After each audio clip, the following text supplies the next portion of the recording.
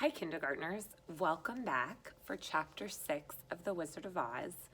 Yesterday, or whichever day you watched the last video for Chapter 5, was a huge day for our story because we met another main character who happened to be, of course, Mrs. McGee's favorite. Let me see if I can just tilt you guys just a little bit. So a couple different things that we talked about the last time we were on the video was our word wall and different names that we put up here. So I'm just going to review the characters that we have now who are traveling to the Emerald City. They're on the Yellow Brick Road and they are going to see the Wizard of Oz. And the Wizard of Oz is the only one who supposedly can help them. And of course, the first main character that we met was Dorothy when her house landed on the Wicked Witch of the East in Kansas. And then we met the Scarecrow. And the Scarecrow just wants a brain, right? And then in our last meeting, we met the Tin Woodsman. And this is a picture from the movie of our three characters that we have so far. And this is a picture from the book of our three characters that we have so far. So they look very different, obviously, because one had to be done with real live actors, and then one could be drawn from an artist's imagination. So today is another exciting day because we get to meet the last main character of the story. So anytime you see things that say the Wizard of Oz, they have four main characters. They have Dorothy, they have the Scarecrow, they have the Tin Woodsman, and they have the Cowardly Lion. So we are going to get to meet the Cowardly Lion in this chapter. So get cozy. All this time, Dorothy and her companions had been walking through the thick woods. The road was still paved with yellow bricks, but these were much covered by dried branches and dead leaves from the trees, and the walking was not at all good. There were few birds in this part of the forest, for birds love the open country where there's plenty of sunshine. But now and then there came a deep growl from some wild animal hidden among the trees. These sounds made the little girl's heart beat fast, for she did not know what made them. But Toto knew, and so he walked close to Dorothy's side and did not even bark in return. "How long will it be," Dorothy asked of the Tin Woodman, "before we're out of this forest?" "Oh, I cannot tell," was his answer, "for I've never been to the Emerald City. But my father went there once when I was a boy, and he said it was a long journey through a dangerous country. Although nearer to the city where Oz dwells, the country is beautiful. But I'm not afraid so long as I have my oil can, and nothing can hurt the Scarecrow, while you bear upon your forehead the mark of the Good Witch's kiss, and that will protect you from harm." So do you remember that back from, I think it was chapter 2. The Good Witch of the North came to visit Dorothy after the house dropped on the Wicked Witch. And she couldn't help Dorothy get back to Kansas, but she sent her on her way to go see the wizard. And she kissed her. And when she kissed her on her forehead, it left a silver mark, which is supposed to show anyone in the entire land of Oz that Dorothy's protected. So we'll have to see if it works. "But Toto," cried the girl anxiously, "what will protect him?" "Well, we must protect him ourselves if he's in danger," replied the Tin Woodman. Just as he spoke, there came from the forest a terrible roar, and the next moment a great lion bounded onto the road. With one blow of his paw, he sent the Scarecrow spinning over and over to the edge of the road. And then he struck at the Tin Woodman with his sharp claws. But to the lion's surprise, he could make no impression on the tin, although the woodman still fell over on the road and lay very still. Little Toto, now that he had an enemy to face, ran barking towards the lion, and the great beast opened his mouth to bite the little dog. When Dorothy, fearing that her Toto would be killed and heedless of danger, rushed forward and slapped the lion upon his nose as hard as she could, while she cried out, "Don't you dare bite Toto! You ought to be ashamed of yourself, a big beast like you, to bite a poor little dog." "Oh, I didn't bite him," said the lion, as he rubbed his nose with his paw where Dorothy had hit it. "No, but you tried to," she retorted. "You're nothing but a big coward." "Oh, I know it," said the lion, hanging his head in shame. "I've always known it, but how can I help it?" "Well, I don't know, I'm sure, but to think of you striking a stuffed man like poor Scarecrow." "Is he stuffed?" asked the lion in surprise, as he watched her pick up the Scarecrow and set him upon his feet, while she patted him back into shape again. "Well, of course he's stuffed," replied Dorothy, who was still angry. "Well, that's why he went over so easily," remarked the lion. "It astonished me to see him whirl around so. Is that other one stuffed also?" "No," said Dorothy. "He's made of tin." And she helped the woodman up again. "Well, that's why he nearly blunted my claws," said the lion. "When they scratched against the tin, it made a cold shiver run down my back. What's that little animal you're so fond of?" "Well, he's my dog, Toto," answered Dorothy. "Well, is he made of tin or is he stuffed?" asked the lion. "Well, neither," said Dorothy. He's a meat dog." "Oh, well, he's a curious animal and seems remarkably small now that I look at him. No one would think of biting such a little thing except a coward like me," continued the lion sadly. "Well, what makes you such a coward?" asked Dorothy, looking at the great beast in wonder, for he was as big as a small horse. "It's a mystery," replied the lion.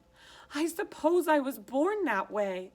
All the other animals in the forest naturally expect me to be brave, for the lion is everywhere thought to be the king of beasts. Well, I learned that if I roared very loudly, every living thing was frightened and got out of my way. Whenever I've met a man, I've been awfully scared, but I just roared at him, and he's always run away as fast as he could go. If the elephants and the tigers and the bears had ever tried to fight me, well, I should have run myself, I'm such a coward. But just as soon as they hear me roar, they all try to get away from me. And of course I let them go." So here is a picture of the lion, who's of course going after little Toto on the yellow brick road. And you see here's the Scarecrow over here. He's been flung into a tree. And here's the Tin Woodman, who's also been flung. And here's Dorothy not knowing what to do.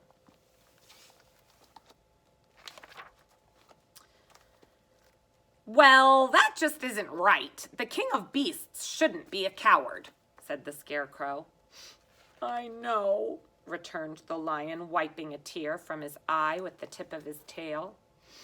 "It's my great sorrow and makes my life very unhappy. But whenever there is danger, my heart begins to beat fast." "Perhaps you have heart disease," said the Tin Woodman. "It might be," said the lion. "Well, if you have heart disease," continued the Tin Woodman, "you ought to be glad, for it proves you have a heart. For my part, I have no heart, so I can't even have heart disease." "Well, perhaps if I had no heart, I wouldn't be a coward," said the lion. "Have you brains?" asked the Scarecrow. "I suppose so. I've never looked to see," replied the lion. "Oh, well, I'm going to the Great Oz with Dorothy to give me some. My head is stuffed with straw," remarked the Scarecrow. "And I'm going to go and ask him to give me a heart," said the Tin Woodman. "And I'm going to ask him to send Toto and me back to Kansas," added Dorothy. "Well, do you think Oz could give me some courage?" asked the Cowardly Lion. "I mean, just as easily as he can give me brains," said the Scarecrow. "Or give me a heart," said the Tin Woodman. "Or send me back to Kansas, I guess," said Dorothy. "Well, then, if you don't mind, I'll go with you," said the Lion, "for my life is simply unbearable without a bit of courage." "Well, you will be very welcome to come along," answered Dorothy. "You will help keep away all the other wild beasts. It seems to me they must be more cowardly than you are if they allow you to scare them so easily." "They really are," said the Lion, "but that doesn't make me any braver. And as long as I know myself to be a coward, I shall be very unhappy." So once more the little company set off upon their journey, the Lion walking with stately strides at Dorothy's side. Toto did not approve of this new comrade at first, for he could not forget how he had nearly been crushed between the Lion's great jaws. But after a time he became more at ease, and presently Toto and the Cowardly Lion had grown to become good friends. During the rest of that day there was no other adventure to mar the peace of their journey. Once, indeed, the Tin Woodman stepped upon a beetle that was crawling along the road, and killed the poor thing. This made the Tin Woodman very unhappy, for he was always careful never to hurt any living creature, and as he walked along, he wept several tears of sorrow and regret. Well, these tears ran slowly down his face and over the hinges of his jaw, where they rested. When Dorothy asked him a question, the Tin Woodman could not open his mouth, for his jaws were tightly rested together. He became greatly frightened at this and made many motions for Dorothy to relieve him, but she couldn't understand what he was doing. The Lion was also puzzled and did not know what was wrong. But the Scarecrow seized the oil can from Dorothy's basket and oiled the Woodman's jaws, so that after a few minutes he could talk as well as before. "Oh, this will serve me a lesson," said the Tin Woodman, "to look where I step, for if I kill another bug or beetle, I should surely cry again, and crying rusts my jaw so that I cannot speak." Thereafter, he walked very carefully with his eyes on the road, and when he saw a tiny ant toiling by, he would step over it so as not to harm it. The Tin Woodman knew very well he had no heart, and therefore he took great care never to be cruel or unkind to anything. "You people with hearts," he said, "have something to guide you and need never do wrong. But I have no heart, and so I must be very careful. When Oz gives me a heart, of course, I needn't mind so much." Chapter 7. So here's a great picture of the Cowardly Lion crying. And I wanted you to think about who saved the Tin Woodman in that situation. He stepped on the beetle and he started crying. And then did you realize who it was who actually saved him by getting the oil can? It was the Scarecrow. The Scarecrow remembered that he needed the oil can. So it's interesting because the Scarecrow's going to ask for a brain and the Tin Woodman is going to ask for a heart. And now we have that the Cowardly Lion is going to ask for courage. But what I want you to start paying attention to in the story is if the characters act like they already have these things. Because I find it interesting that the Tin Woodman stepped on a beetle and he felt so bad that he started crying. Well, those feelings of love and care come from our heart. And then the Scarecrow was the one who thought, uh-oh, he's rested, and got the oil can. So even though these characters are going to go and ask Oz for these things, it makes you wonder if they don't already have some magic of them inside their bodies already. Let's look at the picture book. and see the lion in our picture book. Here is another beautiful picture in the forest. And again, the lion is crying because he feels like such a coward. A coward is someone who's not brave, who picks on things that are smaller than them. And now, here is the picture of them off to see the wizard, the wonderful Wizard of Oz.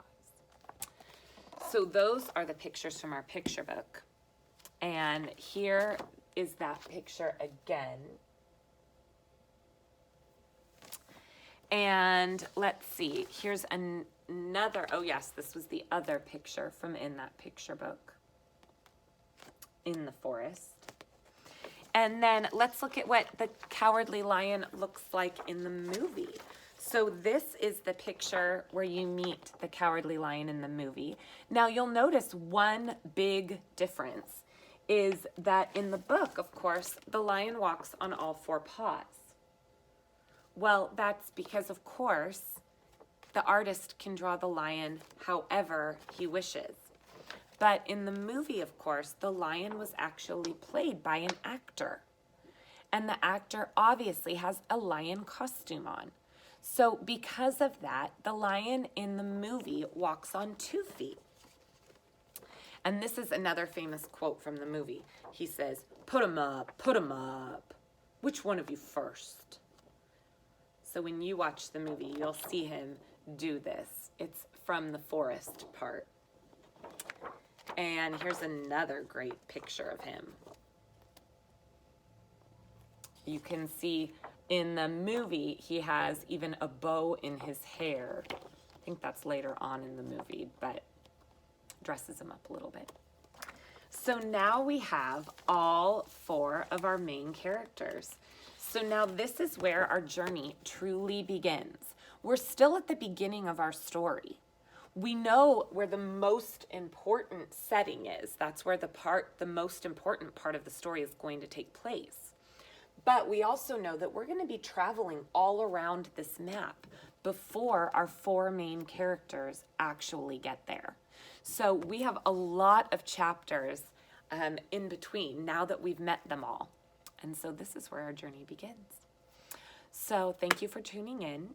We will read chapter 7 in the next video. And as always, my little munchkins, there's no place like home. Bye.